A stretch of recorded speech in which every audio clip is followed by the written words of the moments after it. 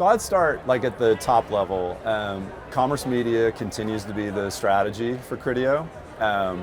It's really about extending that strategy, expanding it, and really trying to speed up all assets of the company, like how we innovate, how we deliver our roadmap. And if you kind of click into that a little deeper, each segment's kind of got its own dynamics, as you would know, right? In the retail segment, it's about making the buying process of retail media, smoother and easier.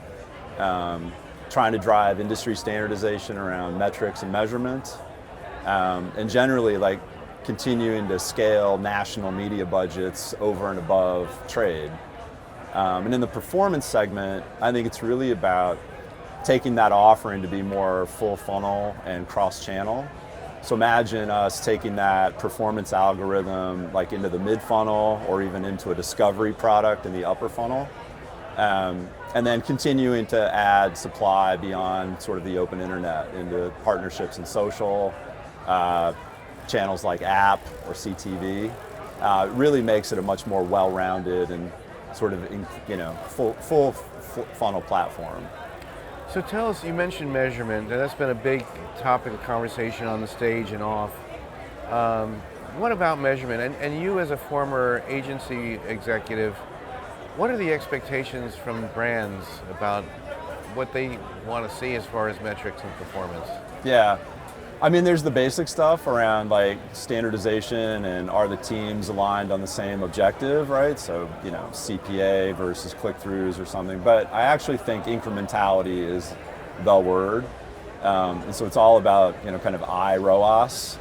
And it's linking, the performance that I'm seeing from a ROAS perspective to actual market share changes or volumes. Is it moving the needle? That was true when I was at Dentsu and Merkle. It was probably the number one issue on most of our clients' minds.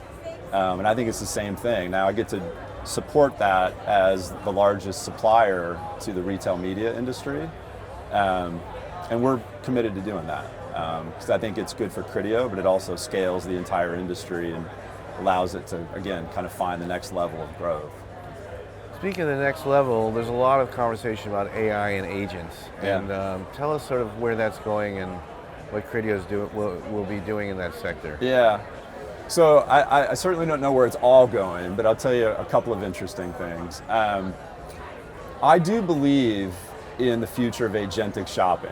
I don't know if we'll all be sort of surrendering all of our personal use cases to agents necessarily, but I do believe that is a new channel or use case that will start to take significant share.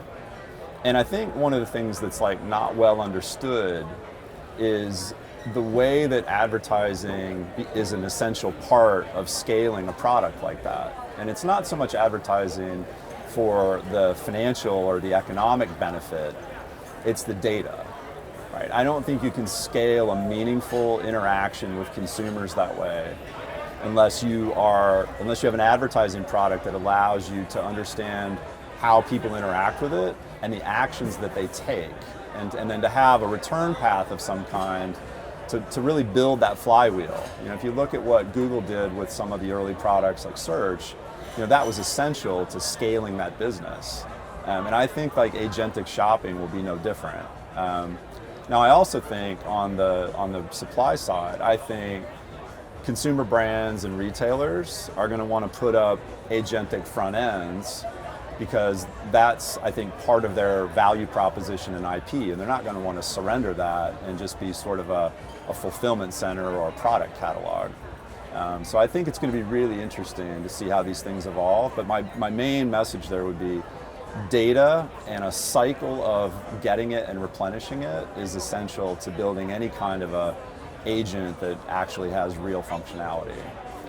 Michael, so where will these agentic agents, these bots, where will they exist? On the publisher side, on the brand side, on the retailer side? Yeah. Where will they exist? So I think everyone will have one. The way I think about it is it's like your new website, right? You need an agentic front end that might be talking to another agentic front end, and sort of the How that shakes out in terms of dominance or market share, I'm not sure if I can foretell that at this point.